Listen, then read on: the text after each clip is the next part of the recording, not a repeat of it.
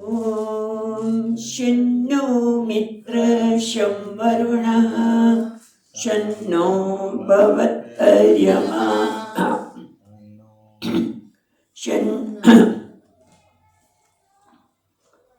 शन्न इन्द्रो बृहस्पतिः शन्नो विष्णुरुक्रमः नमो ब्रह्मणे नमस्ते वायो त्वमेव प्रत्यक्षं ब्रह्मासि त्वमेव प्रत्यक्षं ब्रह्म वदिष्यामि ऋतं वदिष्यामि सत्यं वदिष्यामि तन्मामवतु तद्वक्तारमवतु अवतु माम् अवतु वक्तारम् ॐ शान्ति शान्ति शान्तिः ॐ सहनाववतु सहनौ भुनक्तु सह वीर्यं करवावहै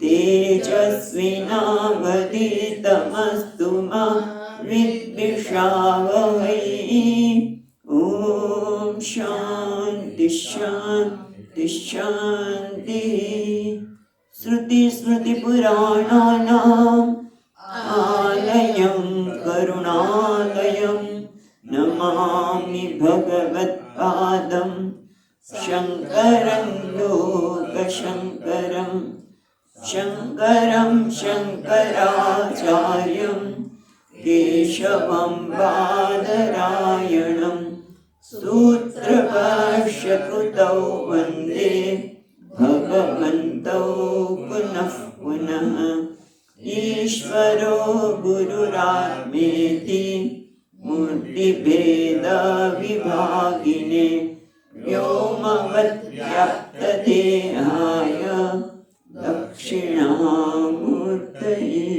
नमः।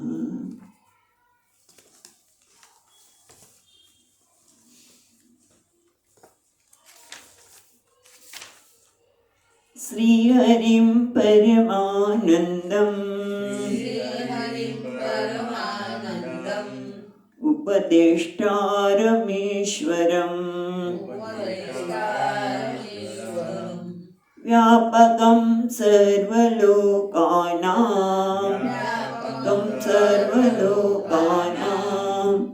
कारणं तं नमाम्यहम्।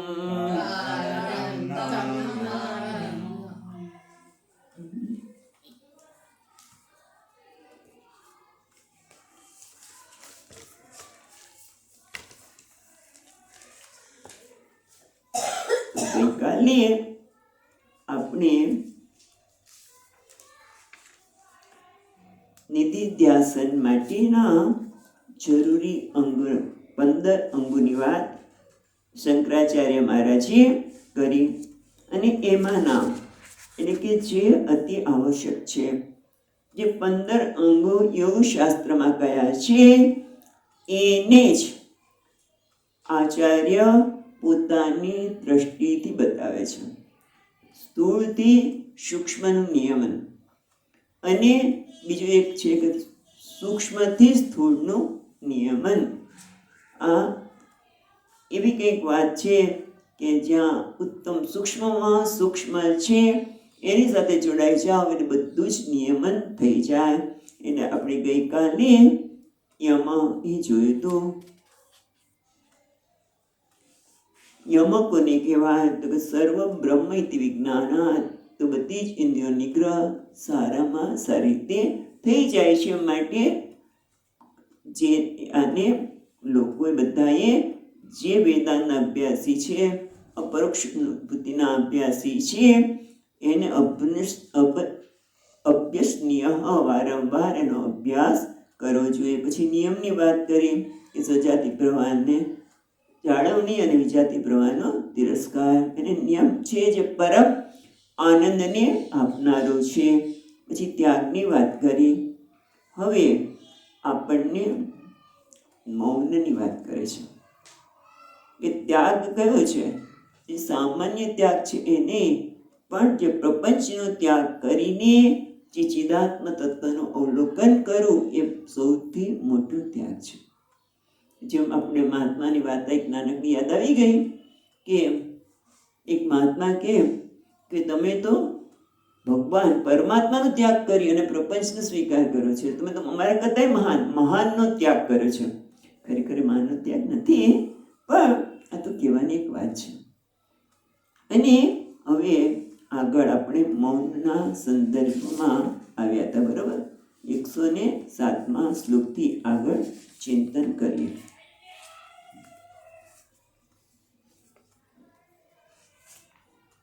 તો મૌન પણ ધ્યાનનું એક અંગ તરીકે સ્વીકાર કર્યું છે. તો પહેલું મૌન છે એક બે પ્રકારના મૌન નથી, પણ એમને એમ થયું કે આને વધારે સારી રીતે મૂકીએ. એટલે પેલા કહ્યું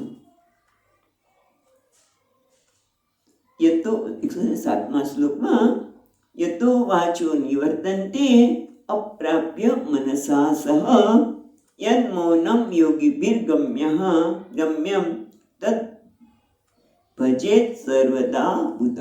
તત્ જે યોગીભિ ગમ્ય, કયા યોગીઓ?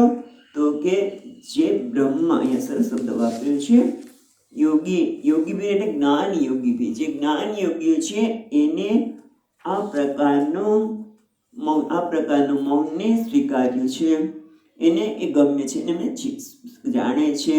વિદ્વાન યોગ્યો એમાં એમની ગતિ છે. ગમ્ય તો જ્ઞાન પણ થાય, જાણવું પણ થાય, અને ગતિ જ્ઞાન યોગીની ગતિ છે. એના માટે બુદ્ધિ સર્વદા ભજે, સરસ બુદ્ધિ વિદ્વાન લોકોએ સદા એનું ભજે ધારણ કરવું છે, એને એ મૌનને ધારણ કરવું છે. કયું મૌન છે? તો કે જે મૌન સામાન્ય મૌનની પહેલા વાત કરી દઈએ તો કેટલાક લોકો કે એક બાબા હિમાલયમાં હતા, એમણે પોતાના સહજ મૌની, અહીંયા પણ સહજ મૌનની વાત કરે છે. મૌની એટલે સહજ મૌની તો બોલતા હતા બધું જ, પણ આત્માની દ્રષ્ટિમાં પોતાનામાં સહજ સ્થિત હોય એનું નામ છે મૌન. એટલે આમ તો ઘણા પ્રકારના મૌન છે. એક તો ધર્મનું મૌન, એટલે કે જે મૌનથી ધર્મની પ્રાપ્તિ થાય. જેમ કે આપણે પૂજા કરતા હોય, હોમ કરતા હોય, ત્યારે બોલીએ તો પછી થૂકડે, તો બોલવું ન જોઈએ. જમતી વખતે પણ બોલવું ન જોઈએ. પછી શૌચ વગેરે જતા હોય ત્યારે પણ બોલવું ન જોઈએ. એને આપણે પૂજા જપ વગેરેને એના રીતે ધર્મની પ્રાપ્તિ થાય છે, એટલે ધર્મનું મૌન કહે છે. ભક્તિ શાસ્ત્રમાં પણ મૌન છે, પણ એ કયું મૌન? કે ભગવાન સાથે વાતો કરવી. ભગવાનના ઘણી વખત લોકો મૌન લે, પછી ભગવાનનું નામે ન લે, શ્લોકે ન બોલે. ના, એવું જરૂર નથી. ભગવાન સાથે વાતો કરવી, જપ કરવા, સ્તુતિ કરવી, પણ જગત પ્રપંચમાંથી મૌન, સંસારની કોઈ વાત નહીં કરવાની ભગવાન સિવાય. એને ભક્તિનું મૌન પણ કહેવામાં આવે. કેટલું છે કાષ્ઠ મૌન, એટલે ઈશારો. ઘણા લોકો મૌન કરે એટલે બોલે નહીં, પણ દશેરી ધૂણે, હા નાની મસ્તક ધૂણે, હાથ પગ પેલું થાય, એ પણ એક મૌન છે, જરૂરી છે બધા જ. પછી કાષ્ઠ મૌન, એટલે જરાય કોઈ પણ અંગને દ્વારા કોઈ સંમતિ ન આપવી, કાષ્ઠ મૌન વધુ અઘરું છે. કારણ કે ઘણા લોકો લે ખરા, અને પછી 2 દિવસ ગયા હોય મન મંદિરમાં કે ત્યાં બહાર નીકળી જવું પડે, કારણ કે અઘરું તો છે. પણ આ તો કયા પ્રકારનું મૌન છે? કે યતો વાચો નિવર્તન્તે અપ્રાપ્ય મનસા સહ. મહાત્માઓ રીતે વાત કરીએ કે વાણીદેવને તું મારે પરમાત્માને મળવા જવું છું, તો સાથે કંઈક બહેનો એકલા છે, તો ચાલો મનને, બ્રહ્માજી કે જા મનને લઈ જા, મન નપુંસક છે, એને લઈ જા. પછી રસ્તામાં શબ્દ, સ્પર્શ, રૂપ, રસ બધા વિષયો મળ્યા ત્યાં સુધી વાંધો આવ્યો નહીં વાણીને, અન્ય પણ વાંધો ન આવ્યો. પણ જે બધું બંધ થઈ ગયું, શૂન્ય, ગભરાઈ ગયું, પાછું આવી ગયું. એટલે કે કહેવાનું તાત્પર્ય એ છે કે વાણી અને મન પાછા આવે. એટલે કે વાણી દ્વારા બોલવું કે મૌન લેવું, કે મન દ્વારા વિચાર કરવો કે શાંતિ, મનની શાંતિ, એ બધાનું જે સાક્ષી છે, એ બધાનું જે સાક્ષી છે એ ચૈતન્ય છે, ને એ જ બ્રહ્મ છે. એમાં સ્થિતિ કરવી એનું નામ છે મૌન, જે યોગી ભીગમ્ય, જે યોગીઓને સ્વીકાર્ય છે, ત્યાં તેમની ગતિ છે. માટે બધાએ આ પ્રકારના મૌન, વિદ્વાને આ પ્રકારના મૌનનો આશ્રય લેવો જોઈએ. પછી હું તો કે કારણ કે પ્રશ્ન એવો થયો, ટીકામાં બતાવે છે કે તમે આ પ્રકારનું મૌન કીધું તો ધ્યાનમાં લાગુ પડે, 14મો અંગ આવે એ તો વાંચો નિવર્તન, તો કે સારું છે બીજું મૌન. એટલે બીજા પ્રકારના મૌનની વાત કરે છે કે 108મા શ્લોકમાં વાચો યસ્માદ નિવર્તન્તે તદ વક્તુમ કેન શક્યતે પ્રપંચો યદિ વક્તવ્ય સોપી શબ્દ વિવર્જિત. એટલે કહે છે કે જો વાણી દ્વારા પરમાત્માનું વર્ણન કરી શકાય નહીં, કારણ કે વાણી દ્વારા પરમાત્માનું વર્ણન થઈ શકતું નથી અને પ્રપંચનું વર્ણન પણ થઈ શકતું નથી. પ્રપંચ એટલે 5 તત્વોનું બનેલું જગત, એ પ્રપંચનું પણ વર્ણન કોનું થાય કે જે સત હોય એ હંમેશા રહેતું હોય એનું, અને જે અસત હોય એનું પણ વર્ણન કરી શકાય. પણ જગત અસત નથી, એટલે કે તુચ્છ નથી, દેખાય છે, પ્રતીતિ થાય છે, એને કેવી રીતે વર્ણન થાય? અને એ સત એટલે હંમેશા રહેવાળું પણ નથી. જગત પ્રલયકાળમાં અને રાત્રિમાં પણ વિલીન થાય છે. એટલા માટે વાણી દ્વારા પણ અનિર્વચનીય છે. જગત કેવું છે? અનિર્વચનીય, જેનું વચન થઈ શકે નહીં. એટલે આપણે ત્યારે બહુ વિસ્તારથી વાત કરી હતી કે આ જગત આવું જ છે એવું તમે કોઈ કહી શકો નહીં, વર્ણન થઈ શકે નહીં. એટલે શું કે વિદ્વાનો આ જગતનો અને બ્રહ્મના સંદર્ભમાં વિવાદમાં પડતા નથી. કોઈ કે આમ કે કોઈ આમ, વિવાદમાં પડવું નહીં, બસ આનું નામ મૌન. એટલે અનિર્વાચ્ય એટલે એનો આથી એમ કે સદબુદ્ધિવાળા લોકો આ બધા વિવાદમાં પડતા નથી અને વાણીને વિરામ આપે છે, એમાં ચર્ચા કરતા નથી. હવે 109મા શ્લોકમાં આગળ કહે છે યદિ વા ભવેદ મૌનમ સતામ સહજ સંગીતમ ગીરાવ મૌનમ તુ બાલાનમ પ્રયુક્તમ બ્રહ્મવાદિભિ. એને કહે છે કે પછી તો આ મૌનની વાત કરે છે, એ મૌન કેવું છે એક સમજાવે છે. અને બીજું ઇતિવા, ઇતિવા એટલે આ, ઇતિ એટલે આ પ્રમાણે, એટલે વાણી દ્વારા પરમાત્માનું વર્ણન ન થઈ શકે અને પ્રપંચનું પણ વર્ણન થશે. ઇતિવા એટલે આ બે રીતે બ્રહ્મ અને સંસારનું વચન, વાણી એટલે વચન એટલે વર્ણન કરી શકાતું નથી, બ્રહ્મનું પણ નહીં અને સંસાર ઘણી અનિર્વચનીય છે. માટે તો તદ ભવેત છે ને, તદ ભવેત મૌનમ, એ પ્રકારનું મૌન એટલે આ પ્રકારનું બ્રહ્મ ને પ્રપંચ માટે વિવાદનો ત્યાગ, તે જ મૌન છે. સતામ સહજ સંગીતમ, સતામ સહજ સંગીતમ એ સત્પુરુષો માટે, બ્રહ્મવાદીઓ માટે આ કેવું છે? સહજ છે. બ્રહ્મવાદીઓ માટે આ વાણીનું મૌન સહજ છે, એટલે કે જ્યાં વિવાદ રહિત છે, સહજ વાણીમાં છે.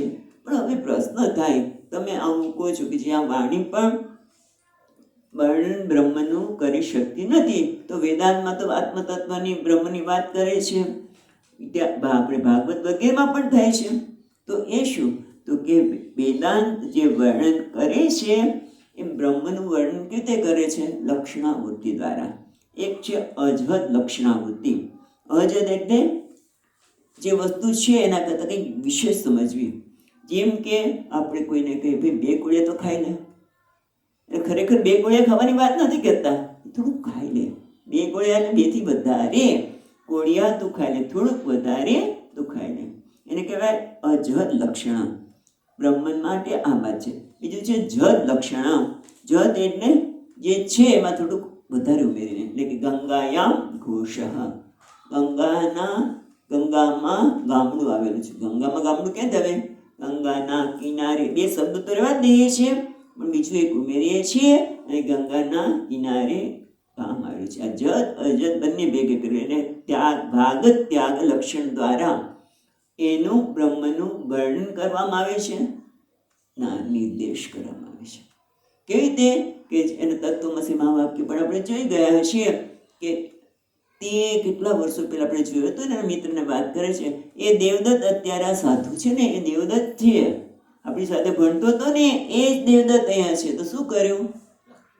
ગંગાયામ આપણે શું કર્યું કે દેવદત્ત જે પહેલાનો હતો દેવદત્ત એ, અને અત્યારે જે દેવદત્ત એના વસ્ત્રોને મનમાં ધૂત કર્યા, અને પહેલાના લક્ષણ આંખ ને બધું જોયું તો ના આ જ છે દેવદત્ત.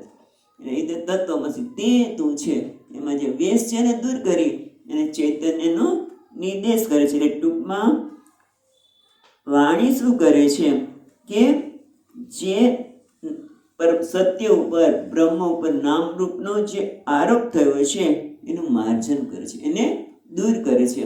જેમ ઘણી વખત એવું બને કે પાનખર ઋતુ આવે અને એટલા બધા પાનખર આવી ગયા હોય કે જરા પૃથ્વી દેખાય જ નહીં, ભૂમિ દેખાય જ નહીં. તમે પાંદડા દૂર કરો એટલે ભૂમિ છે એ દેખાય છે. બ્રહ્મ તો સ્વપ્રકાશ છે, પોતાનું હોવા માટે કંઈ જરૂર નથી, પણ એના ઉપર જે અધ્યારોપ થયો છે એને જ વેદાંત એટલે વાણી દ્વારા, શબ્દ દ્વારા દૂર કરવામાં આવે છે.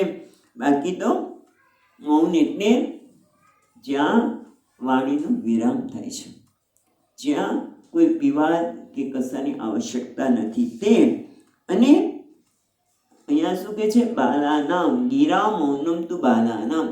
જે વાણીનું મૌન છે એ બાળકો માટે એટલે કે શરૂઆતના માટે છે, બાળકો માટે નહીં. જેમ કે ઘણી વખત એમ કે કેટલા દિવસ આપણે બધા મૌનની સાધના કરીશું, ફરાળ લેવાનો, ભગવાનનું નામ લેવાનું, બાકી કંઈ વાત કરવાની નહીં. ઉત્તમ છે ને, કારણ કે મૌન જો મને રહેવાથી શાંતિ મળે, મારા જીવનમાં સંયમ આવે, મારી વાસનાઓ સંસ્કારો ઢીલા પડે, મૌન સાચું બરાબર એવું મૌન પણ એ પણ શરૂઆતના માટે છે. અને ગીતામાં તો કહ્યું છે મૌન કયા પ્રકારનું? એક માનસ મૌન અને બીજું વાણીનું મૌન. વાણીનું મૌન પહેલાં જોઈએ તો કે સત્યમિતમ પ્રિયમ કહે છે, ત્યારે વાત કરી હતી કે વાણીનું મૌન એટલે જ્યાં કોઈની મર્યાદા છતી ન કરવી, એ પણ મૌન છે. કોઈની મર્યાદા, કોઈનો દોષનું જોવું નહીં, વિચારે ન કરવો, એ પણ બહુ જ. કારણ કોઈના દોષ જોઈને મારા મનને અને વાણીને જો બોલીએ ત્યારે વાણીને દૂષિત કરીએ, અને વિચાર કરીએ ત્યારે મનને દૂષિત કરીએ. અને એ રીતે બીજું પણ ખરું કે પોતાના દોષ મર્યાદાને સતત જોયા જ નહીં કરવાની. શું કામ? જેથી આપણામાં હીન ભાવ ઉત્પન્ન થાય, આપણો તિરસ્કાર થાય, એ પણ આવશ્યક નથી. એટલે આ વાણીનું મૌન છે. અને બીજું મૌન આપણે જોયું તો કે આપણા દોષારો, આપણે બીજાના દોષારો પણ ન જોઈએ, આપણી મોટી મોટી બડાઈ પણ ન હાંકીએ, એ પણ દોષ જ છે. એટલે અભિમાન વધારે, એટલે આપણું અભિમાન વધારે એ પણ નહીં, આપણો તિરસ્કાર થાય એ પણ નહીં. અને બીજું છે માનસ મૌન, મન પ્રસાદ સૌમ્યત્વમ. યાદ છે ને, ત્યાં ગીતામાં કહે છે મન પ્રસાદ સૌમ્યત્વમ મૌન માત્મ વિનિગ્રહ. આ પ્રકારનું મૌન બહુ મહત્વનું છે. મન પ્રસાદ સૌમ્ય, મનની પ્રસન્નતા એ પણ મૌન છે. ઘણી વખત આવું થતું હોય છે, ઘરમાં જ મતભેદ થઈ જાય, રહેવાનું તો ઘરમાં જ, એટલે કંઈક ઘટના ઘટે એટલે એક વ્યક્તિને દુઃખ થાય, બીજી ઘટના ઘટે, બોલવાનું તો છે, બીજાને દુઃખ થાય, મનમાં અશાંતિ, દુઃખ એનું નામ નહીં. પણ મન પ્રસાદ સાથે રહે ત્યારે પણ મનની પ્રસન્નતા, સૌમ્યત્વ, મનની શાંતિ અને ભગવત ચિંતન, આનું નામ માનસ. દેવદ્વિજ ગુરુ પ્રાગને પણ આગળ વાત કરી છે, એટલે બધું ગીતામાં જોઈ લઈશું, આપણે જોઈ લેજો. હવે આગળ કહે છે 110મા શ્લોકમાં દેશ, વિજન દેશ. કારણ કે દેશની પણ આવશ્યકતા છે. એટલે કે અમુક શાંત પ્રદેશમાં સવારે બ્રહ્મામૃતનો ઉઠવો, એકાંત પ્રદેશમાં જઈએ તો એ આવશ્યક છે. પણ અહીંયા પોતાના મત પ્રમાણે બતાવે છે. તો કે છે આદાવંતે જ મધ્યે ચ જનો યસ્મિન ન વિદ્યતે એને દમ સતતમ વ્યાપ્તમ સદેશો વિજન સ્મૃતઃ. એટલે દેશકાળની પણ ધ્યાન ઉપર, દેશની, સમયની, કાળની પણ ધ્યાન ઉપર અસર થાય છે. તો તમે એવી જગ્યાએ ધ્યાન કરતા હોય ને અવાજ કકડાટ થતો હોય તો ધ્યાન થઈ શકે નહીં. એટલે આપણે એકાંતમાં જઈએ, હિમાલયમાં જઈએ કે જેથી શાંતિ હોય ધ્યાન કરશું. શરૂઆતમાં બરોબર છે, પણ સાચું ધ્યાન અહીંયા શું કહે છે? આદા વંતે જ મધ્યે જ જનો. અહીંયા જનનો અર્થ કહે છે ત્રિકાલ. એક મિનિટ. જનસ એટલે ત્રિકાલિક અભાવ. મનુષ્ય કોઈનો ત્રણેય કાળમાં નો અભાવ. જન યસ્મિન વિદ્યતે, શરૂઆતમાં, મધ્યમાં કે અંતમાં. જન યસ્મિન વિદ્યતે, મનુષ્ય કોઈનો પણ ત્રણેય કાળમાં અભાવ. એટલે કેવી રીતે વ્યવહાર તો કરવા જોઈએ, ક્યાંથી અભાવ થવાનો છે? એટલે કે સ્વરૂપમાં સ્થિતિ મનમાં. કારણ કે મનમાં અનેક પ્રકારના સંસ્કારો લીધે અવનવી માગણી થયા કરે, સુર બકરને ઘોંઘાટ તો થવાનો જ છે, ચાલતો જ રહે. બરાબર? એટલે એ વિજન પ્રદેશ નથી, એ શાંત પ્રદેશ. મનમાં પણ નહીં, બહારનો પ્રદેશ પણ વિજન નથી, પણ પોતાનું સ્વરૂપ છે કે જે સ્વરૂપમાં આદાવંતે જ આ પ્રપંચ, આદાવંતે જ મધ્ય જ આ પ્રપંચ જ નથી. કારણ કે બ્રહ્મ અભિન્ન. આ દેશ જે છે, દેશની પણ આપણે કલ્પના કરી, પૂર્વ, પશ્ચિમ, ઉત્તર, પૂર્વમાં બેસીને કરો, ઉત્તરમાં રહીને કરો, એ શરૂઆતમાં છે. પણ મનમાં જેનો બાદ થઈ જાય છે, દ્વૈતનો જે અભાવ છે, એ જ એકાંત પ્રદેશ છે. કારણ કે જે આ શરૂઆતમાં પણ નથી, મધ્યમાં નથી, અંતમાં નથી. એટલે કે દ્વૈત જેવી વસ્તુ જ નથી. જન અસ્ય વિદ્યતે, દ્વૈતનો અભાવ એ છે ઉત્તમ દેશ. એ દેશમાં ધ્યાન કરવું એટલે એમાં સ્થિત થવું. બ્રહ્મમાં બધી વખતે એ જ આવશે કે બ્રહ્મમાં સ્થિત થવું, પણ જુદી જુદી રીતે આપણને બતાવે છે. પછી કહે છે કાળમાં. કાળની પણ જરૂર છે, કારણ કે બ્રહ્મામૃતમાં ઉઠીએ. કારણ કે ત્યાં ભાગવતમાં આવે કે ભગવાન બ્રહ્મામૃતમાં ઉઠ્યા. માધવ પર શ્રી કૃષ્ણ દ્વારકામાં વર્ણન ચાલે છે ત્યારે બતાવે કે ભગવાન બ્રહ્મામૃતમાં ઉઠ્યા તો અને આચમની કરી અને તમસ પરસ્તાદ, જે અજ્ઞાનથી પણ પર છે એનું ધ્યાન પોતે કરવા લાગ્યા. એટલે એ ધ્યાન કરવા માટે બ્રહ્મામૃત હોય, પછી ઘણી વખત અમુક દિવસ હોય, મંગળવાર, શુક્રવાર, રવિવાર, બરોબર. પણ અહીંયા તો કયું છે? કાળ કલનાથ સર્વભૂતાનામ બ્રહ્માદિનામ નિમેષતઃ કાલ શબ્દેન નિર્દેષ્ટ હિ અખંડાનંદ અદ્વય. પાછું કે છે કે કાળ એટલે કયો કાળ? તો કે જ્યાં કલના સર્વભૂતાનામ બ્રહ્માદિનામ નિમેષતઃ, જ્યાં બ્રહ્માજીથી માંડીને બધાને નિમેષ ક્ષણમાં જ ઉત્પત્તિ સ્થિતિને લઈ થઈ જાય છે. એટલે ખરેખર સર્વભૂતાનામ કલનાથ. બરાબર? કલનાથ એટલે કલનાથ સર્ગ સ્થિત. કલનાથનો અર્થ થાય છે સર્ગ સ્થિતિ પ્રલય આધારત્વાદ. આ બધા સર્ગ સ્થિતિ જે ક્ષણમાં આમ તો આપણને જે ભાગવતમાં હમણાં એ ચાલે છે કે આપણને લાગે સૃષ્ટિનું સર્જન થયું આટલા વર્ષોના, પણ ખરેખર તો કેવું છે? એ પણ કાળની એક ગણતરી છે. કાળ તો કેવો છે? એને આદિ પણ નથી, અંત પણ નથી. એટલે કે આ બધા સર્ગ સ્થિતિ બધાનો આધાર છે. આપણે દેખાય છે એનો જે આધાર છે, અને એને એ કેવો છે? અખંડ અદ્વય, જેમાં કોઈ બીજું છે જ નહીં. એને જ કાળ તરીકે, એ જ કાળ કેવો છે? કાળ તરીકે નિર્દેશ કર્યો છે. એટલે કે એ જ ઉત્તમ કાળ છે. શરૂઆતમાં બ્રહ્મમૃત ઉત્તમ કાળ છે. બરાબર? આ દિવસ ઉત્તમ છે. પૂર્ણમાસ, પોષી પૂર્ણિમા આવશે, ઉત્તમ દિવસ છે. ભગવાનનું નામ લેવા માટે પુરુષોત્તમ સહસ્રનો પાઠ કરીશું વગેરે, ઉત્તમ છે. પણ છેવટે ઉત્તમ કયું છે? પોતાનામાં સ્થિતિ, બ્રહ્મમાં સ્થિતિ, કે જેમાં જે બધા જ આ કાળ, એટલે સૃષ્ટિનું સર્જન, એનું આપણે સ્થિતિ અને પ્રલય, એ બધામાં કાળની ગણતરી આવી જ પડે તો જ કહેવાય કે સૃષ્ટિનું સર્જન થયું. ત્યાં બહુ સુંદર વાત કરી ભાગવતમાં હમણાં જ.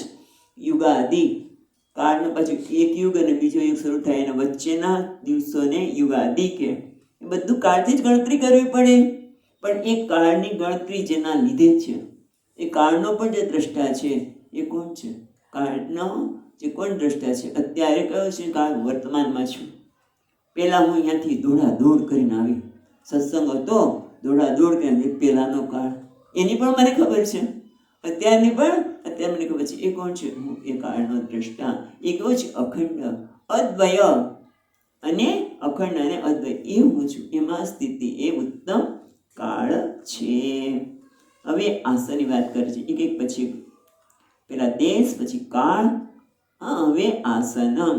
આસનમાં પેલા સુખાસનની વાત કરે છે કે સુખે નૈવ ભવેદ્યસ્મિન અજસ્રમ બ્રહ્મચિંતનમ આસનમ તદ્વિજાનીયામ નેતરત સુખનાશનમ. એટલે ત્યારે આપણે જોયું હતું કે જેમાં લાંબા સમય સુધી બ્રહ્મચિંતન થઈ શકે એ આસન છે એને સુખાસન કહેવાય. કારણ કે સુખપૂર્વક બેસી શકે એને સુખાસન. નેતરત સુખનાસનમ એટલે બીજા જે આસન એટલે દેહમાં બેસો તો એ દેહમાં બેઠા હોય, ધ્યાન કરતા કરતા દેહમાં ધ્યાન ગયું તો દેહની સ્થિતિ કેવી છે? દુઃખ આપનારી થઈ જવાની. પગ દુખે છે, પેટ દુખે છે, પેલું દુખે છે. અત્યારે કઈ નહોતું તો ડાયરિયા થઈ ગયા. એક ક્ષણમાં તો ગડબડ કરી દીધી હે. થઈ શકે એ દેહમાં બેસો તો એ છે સુખનો નાશ કરનાર છે. પણ જે બ્રહ્મ છે એમાં બેઠા તો લાંબા સુધી સુખમાં બેસી શકે એને સુખાસન કહ્યું. પણ એક બીજું આસન પણ છે, સિદ્ધાસન. એ બંને આસનની અહીંયા વાત કરે છે. કઈ વાત કરે છે? સિદ્ધાસન.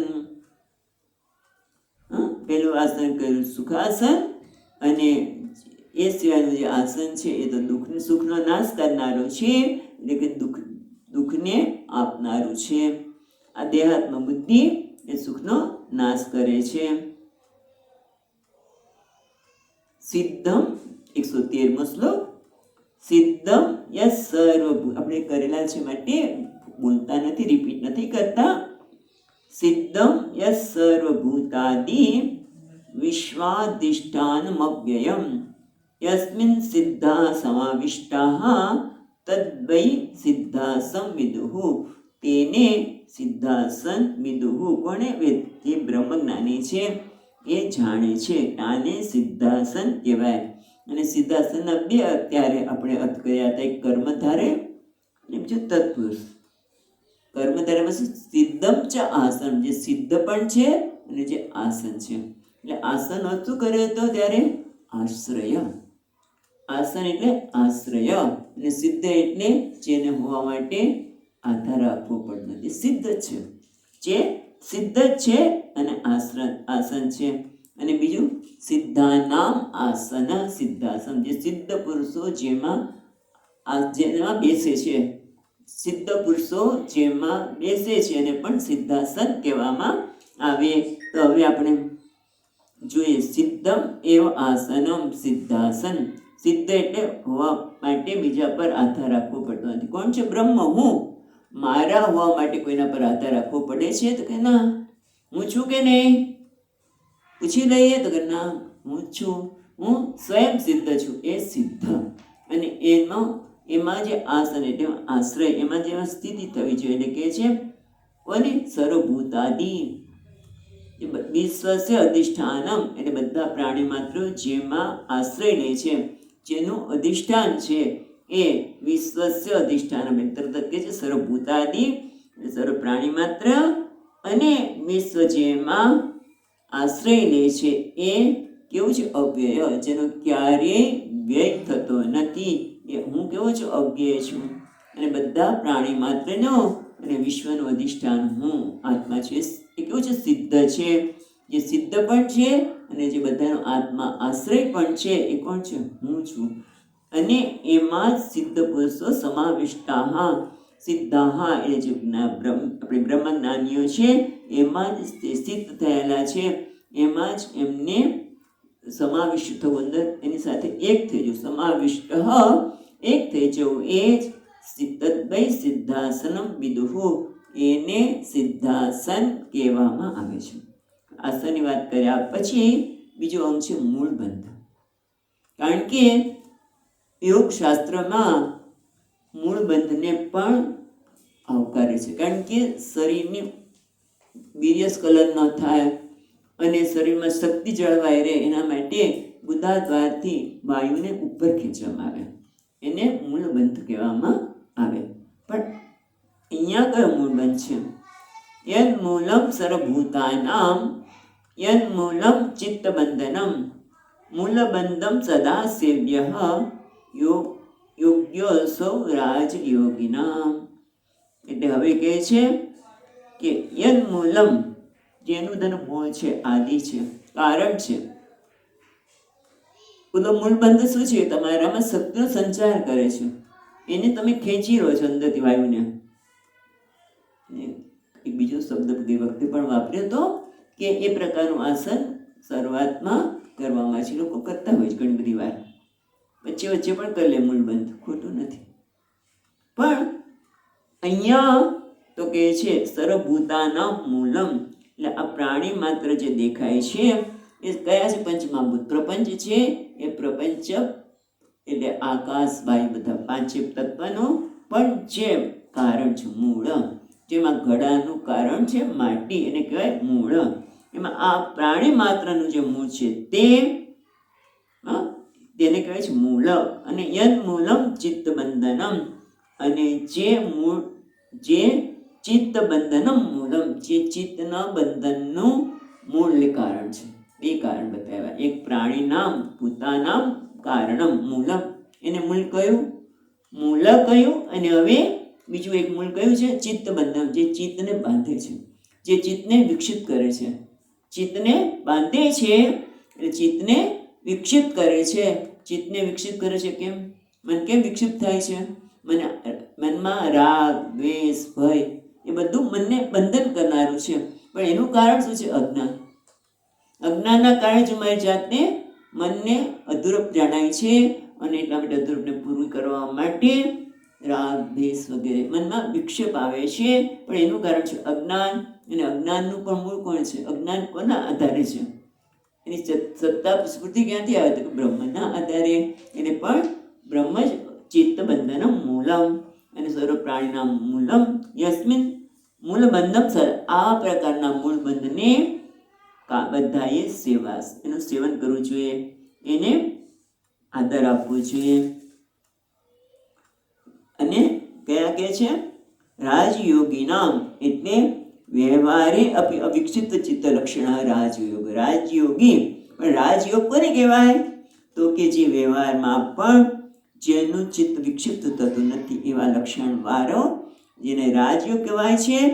એ તદ્વતામ, એમાં જે સ્થિત છે એને જાણનાર જ્ઞાન પરિપાકયુક્તાનામ, જેના જ્ઞાનની પરિપક્વતા જેનામાં છે એને રાજયોગી કહેવામાં આવ્યો છે.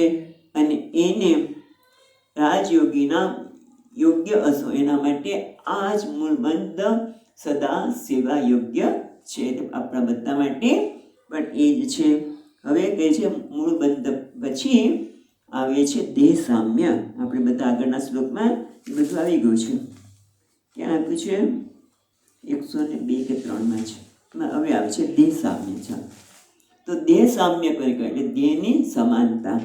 કારણ કે ભગવાન પણ ગીતામાં કહે છે સમકાય શિરોગ્રીવમ, ધ્યાનમાં બેસો ત્યારે એકદમ ટટ્ટાર તમારું કાયા એટલે મસ્તક, કરોડરજ્જુ સિદ્ધ એક સ્થિતિમાં હોય એને દેહ સામ્ય કહેવામાં આવે. પણ અહીંયા અંગાનામ સામ્ય એટલે દેહ સામ્ય. પણ અહીંયા કયા પ્રકારનું સામ્ય છે એ આપણને 115 શ્લોકમાં કહે છે.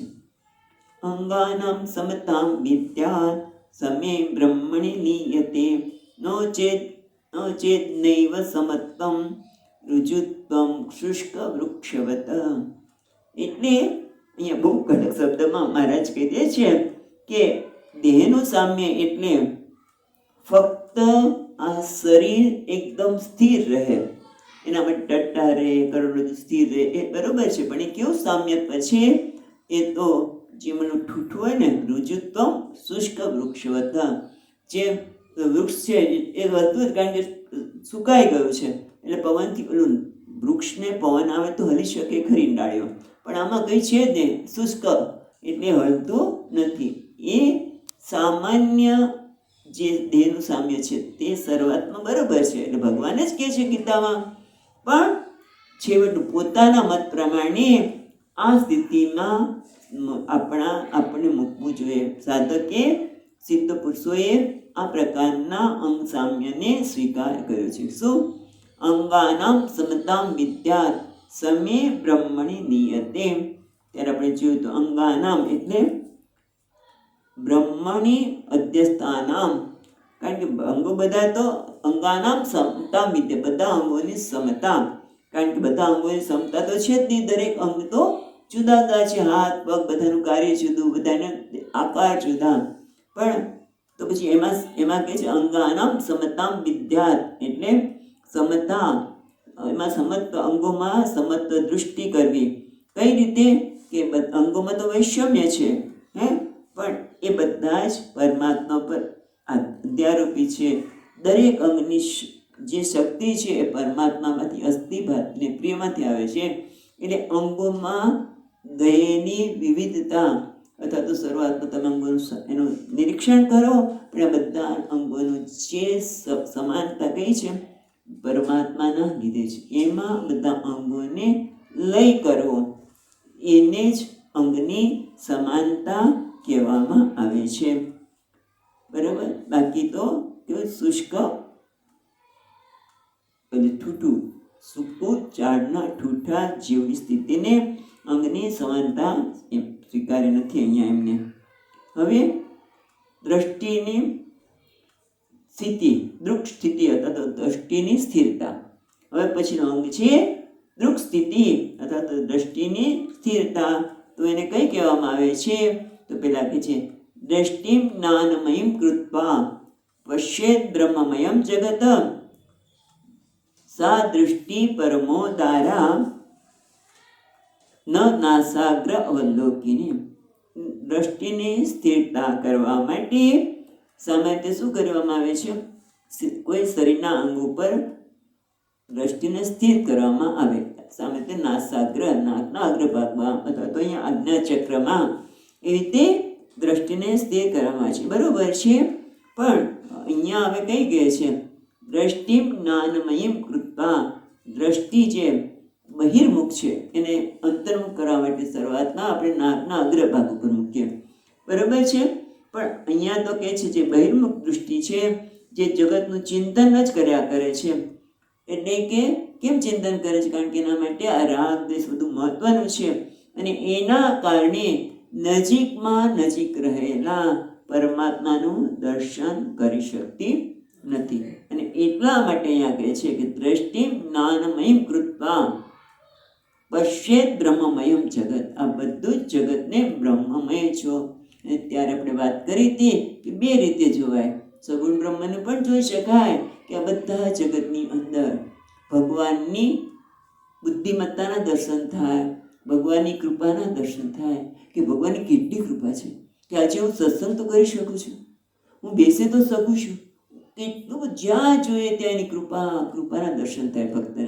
એ પણ પોતાનામાં અને બીજાનામાં પણ કૃપાના દર્શન થાય, એમની બુદ્ધિમત્તાના દર્શન થાય, એમની ઉદારતાના દર્શન થાય. કેટલો ભગવાન ઉદાર છે. મને તો ઘણી વખત એવું થાય કે એટલી એકાગ્રતાથી એનું ભજન નથી કરતો તો કેટલું ધ્યાન રાખે છે, કેટલી બધી કૃપા છે ને, કેટલી ઉદારતા છે. ત્યારે તરત યાદ આવે કે વિભીષણને લંકાનું રાજ્ય આપ્યું, પણ ત્યાં પણ તુલસીદાસ મહારાજ કહે છે સકુચી દિન રઘુરાય, સંકોચ પરક એવા એ ઉદાર હૃદય છે. તે એ રીતે એનું ચિંતન થઈ શકે. અથવા તો આ જગતમાં જે કંઈ છે એ શું છે? બ્રહ્મ જ છે.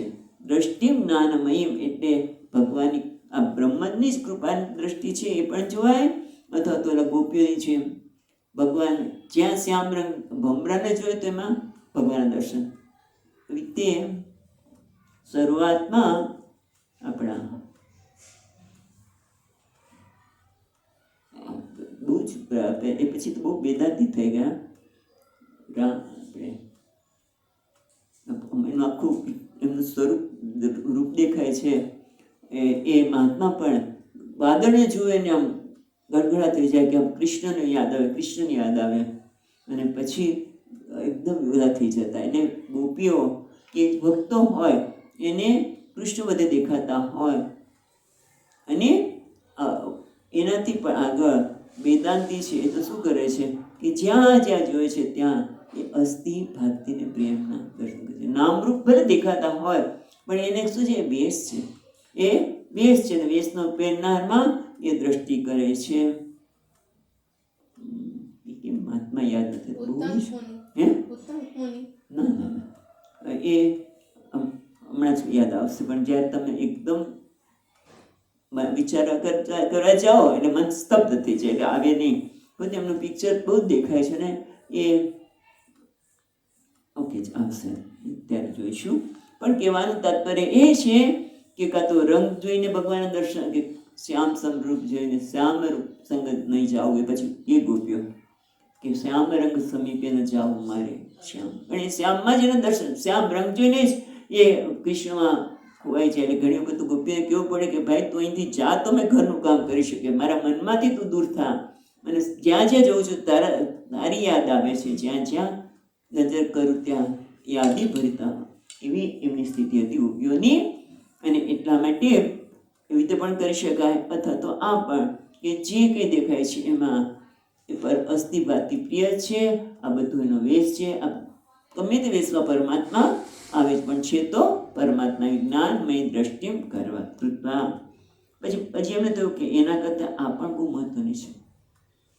એટલે પાછી કહે છે 117માં શ્લોકમાં દૃષ્ટિ દૃશ્ય દૃશ્યાનામ વિરામો યત્ર વા ભવેત.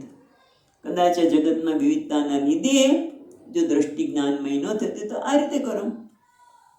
દૃષ્ટિ દૃશ્ય દૃશ્યાનામ વિરામો યત્ર વા ભવેત દ્રષ્ટિ તત્રૈવ કર્તવ્યા ન નાસાગ્ર અવલોકિની. આગળમાં પણ કહ્યું નાસાગ્ર અવલોકિની, અહીંયા પણ એ જ કહે છે કે જો દ્રષ્ટિ કરવી જ છે, દ્રષ્ટિની સ્થિરતા પ્રાપ્ત કરવી છે તો ભલે શરૂઆતમાં નાસાગ્ર નાકના અગ્રભાગ ઉપર દ્રષ્ટિ કરો, યાજ્ઞા ચક્ર ઉપર કરો. ચક્ર ઉપર પણ ઘણી વખત યોગ કહેતા તમે અહીંયા તમારી જુદા જુદા ચક્ર ઉપર થોડી વાર તમારી દ્રષ્ટિને સ્થિર કરો, બરોબર છે. પણ ખરેખર કરવી છે તો ક્યાં છે? આ ત્રિપુટી છે, દૃષ્ટિ દૃશ્ય અને દ્રશ્યાનામ વિરામો યત્ર વા ભવેત, જ્યાં બધા લીન થાય છે, જ્યાંથી એ બધાની સ્થિતિ છે. જેમ હોળી આવે ત્યારે ખાંડના રમકડા બનાવવામાં આવે. રમકડામાં વિવિધતા છે, પણ વિવિધતાનું મૂળ શું છે તો કે સાગર. એમ આ દ્રષ્ટિ જે છે, દર્શન, હું દ્રષ્ટા, આ જગતના પદાર્થો જોડનાર દ્રષ્ટા, દ્રશ્ય અને એના કારણે ઉત્પન્ન થતી ત્રિપુટી છે દ્રષ્ટિ જ્ઞાન. એ બધું શું છે કે બ્રહ્મ જ છે. બ્રહ્મને જ દ્રષ્ટા કહ્યું, બ્રહ્મને જ દર્શન કહ્યું, દ્રશ્ય કહ્યું, અને બ્રહ્મ જ દર્શન છે. જેમ ખાંડ જ હાથી, ખાંડ જ ઘોડો, ખાંડનું શાકમાંથી બનાવેલું ચકલી, એ બધું જ એ છે રીતે દૃષ્ટિ દૃશ્ય દૃશ્યાનામ વિરામો યત્ર વા ભવેત, જ્યાં એનો રિઝોલ્વ થાય છે ત્યાં દ્રષ્ટિ કરવી જોઈએ. જે કંઈ દેખાય છે કોણ છે? આ દ્રશ્ય દર્શન એ બધું બ્રહ્મ જ છે, એના પર આ બધા જ અધ્યારોપિત છે, ત્યાં દ્રષ્ટિ કરવી જોઈએ. એને કહેવામાં આવે છે બ્રહ્મ દ્રષ્ટિ, અથવા તો દૃક સ્થિતિ દ્રષ્ટિની સ્થિરતા. અને જેમ કે સમુદ્ર કિનારે ગયા હોય અને અનેક તરંગો ઉઠતા હોય, તરંગોમાં અનેકતા છે, પણ દ્રષ્ટિ ક્યાં છે? બધા તરંગો પાણી છે. શું છે? દ્રષ્ટિ પાણી ઉપર કરવામાં આવે, એને કહેવાય દ્રષ્ટિની પાણીમાં દ્રષ્ટિની સ્થિરતા. એ રીતે જગતમાં અનેકતા દેખાય છે, ત્યાં એ બ્રહ્મમાં સ્થિરતા, એને દ્રષ્ટિની સ્થિરતા કહેવામાં આવે છે, નહીં કે નાસાગ્ર અવલોકિની. ઓકે, હવે આવે છે પ્રાણાયામ. પ્રાણાયામ અથવા તો આપણા પુસ્તકમાં પ્રાણ સંયમ, પ્રાણનો સંયમ કરો, પ્રાણ ઉપર નિગ્રહ કરો. કેમ? તો પ્રાણ જો સ્થિર હશે તો મન પણ સ્થિર હશે. જેમ ઉપદેશ સારમાં કહ્યું રમણ મહર્ષિએ કે ચિત્તવાયવ ચિત્ક્રિયાયુતા શાખયોર્દ્વયી શક્તિ મૂલકાહ. અને આપણે ઘણી વખત જોઈએ કે ફૂલ ઉતારવા હોય, જરાક ઉપરની ડાળી પર હોય તો એક ડાળીને જરાક ખેંચી લો, બીજી નીચે આવે અને આપણી ફૂલની જે ઈચ્છા છે લેવાની થઈ જાય પૂરી. એવી રીતે બંને ડાળીઓ છે, પ્રાણ અને ચિત્ત. એટલે પ્રાણને સ્થૂળને નિયમન કરવાથી મનનું નિયમન થઈ જાય, ચિત્ત વૃત્તિ નિરોધ. પણ કેવી રીતે કરવાનો છે? પ્રાણાયામ દ્વારા. એટલે પ્રાણાયામ અને પ્રાણનો સંયમ.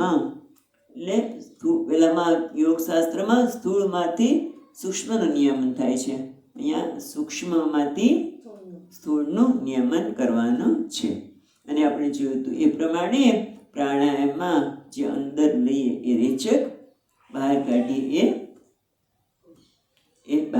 રેચક, અંદર એ પૂરક થાય.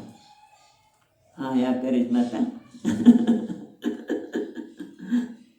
એટલે એની વાત એને કહે છે રેચક, પૂરક. અને ત્યારે આપણે ઈડા અને પીડાની પણ વાત કરી હતી વિસ્તારથી. આજે અત્યારે જરાક જોઈને આગળ વધીશું. તો આગળ જોઈએ.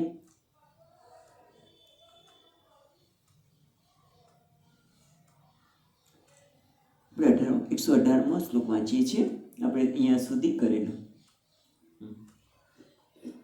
તમે રિપીટ કરજો. ચિત્તાદિ સર્વભાવેષુ બ્રહ્મત્વેનૈવ ભાવનાત નિરોધઃ સર્વવૃત્તીનાં પ્રાણાયામસ્સ ઉચ્યતે. અહીંયા સૂક્ષ્મ દ્રષ્ટિએ પ્રાણાયામની વાત કરી છે, પણ પ્રાણાયામ તો આપણે જોઈએ છે કે બધા મહાત્માઓના લીધે ખરેખર તો એનું શ્રેય રામદેવજીને જાય છે, મને એવું લાગે છે. કારણ કે એમણે એક અવેરનેસ છે, બધામાં અવેરનેસ લાવ્યા કે પ્રાણાયામ કેવી રીતે કરવા જોઈએ, દરેક પ્રાણાયામનું શું ફળ છે વગેરે. એટલે પ્રાણાયામથી મનને શાંતિ, કારણ કે પ્રાણાયામથી તમે જુઓ જેમ જેમ કરતા જેમ વિચારોમાં પણ શુદ્ધિ આવતી હોય છે, બધું બરાબર છે. પણ અહીંયા તો અંતિમ પ્રકારના પ્રાણાયામની વાત કરે છે. એટલે કઈ ને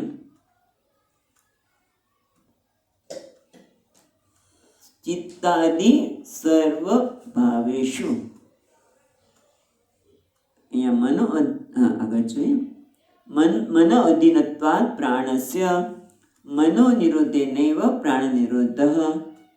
મન પાતંજલિ પ્રમાણે પ્રાણનો નિરોધથી મનનો નિરોધ થાય છે. અહીંયા મનને આધીન પ્રાણ છે, માટે મનના નિરોધથી પ્રાણનો નિરોધ કરવામાં આવે છે, પ્રાણાયામ. હવે અહીંયા શું કહે છે? ચિત્તાદિ સર્વભાવે છે, બધા પ્રકારના જે વિચાર છે, જે કંઈ હોય. ત્યારે આપણે વિસ્તારથી પણ વાત કરી હતી કે આપણના જે અનકોન્શિયસ માઇન્ડ, એના પણ જે વિચારો હોય કે જે આપણને કંટ્રોલ કરતા, તે બધા વિચારો ચિત્તાદિ સર્વભાવે શું, જે પ્રતિબોધ વિદિતમ મતમ. ત્યાં ઉપનિષદમાં પણ કહે છે કે જે વિચાર ઉઠે એ બધા વિચારો શું છે? એ બ્રહ્મત્વ, એ બધા જ બ્રહ્મ છે. અથવા તો ગીતા પ્રમાણે 10મા અધ્યાયમાં શું કહે છે ભગવાન? સમતા સત્યમ દમશ્યમ સુખમ દુઃખમ ભવો ભાવ ભયમ ચા ભયમેવ છે અહિંસા સમતા તુષ્ટિ તપોદાનમ યશો યશઃ ભવંતિ ભાવા ભૂતાના મત્ત એવ પૃથક્વિદાઃ. બધા ભાવ કહી દીધા ભગવાને ત્યાં કે ક્ષમા, સત્ય, દમઃ, શમઃ, સુખ, દુઃખ, ભય, અભયતા, અહિંસા, સમતા, તુષ્ટિ, દાન, બધા જે કંઈ વિચાર મનમાં ઉઠે છે એ મારામાંથી જ ઉઠે છે. જે કંઈ વિચાર ઉઠે છે મારામાંથી ઉઠે છે. અને એથી પણ આગળ કે વિચાર હું જ આ વિચાર રૂપી વેશ ધારણ કરીને હું જ પ્રગટ થાઉં છું. ત્યાં ભગવાને એ વાત કરી કે આ વિચારથી હું જ પ્રગટ થાઉં છું. એટલે કહે છે કે એ રીતે અહીંયા પણ કહે છે કે જે કંઈ વિચાર ઉઠે એ વિચારમાં 5 વસ્તુ આપણે જોઈએ. કોઈ પણ વિચાર લઈએ એ સારો છે કે ખરાબ છે, એક વસ્તુ છે વ્યવહાર માટે કદાચ, પણ એથી વધારે મૂલ્ય નથી વિચારનું, સારા ખરાબનું. પણ વ્યવહાર માટે બરોબર છે.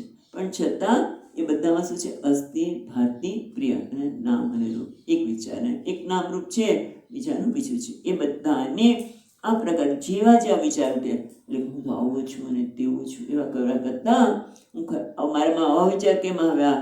તમે જો સાધના કરતા હોય ત્યારે થાય કે અરે મારામાં આવો વિચાર કેમ આવ્યો, આવો ન આવવો જોઈએ.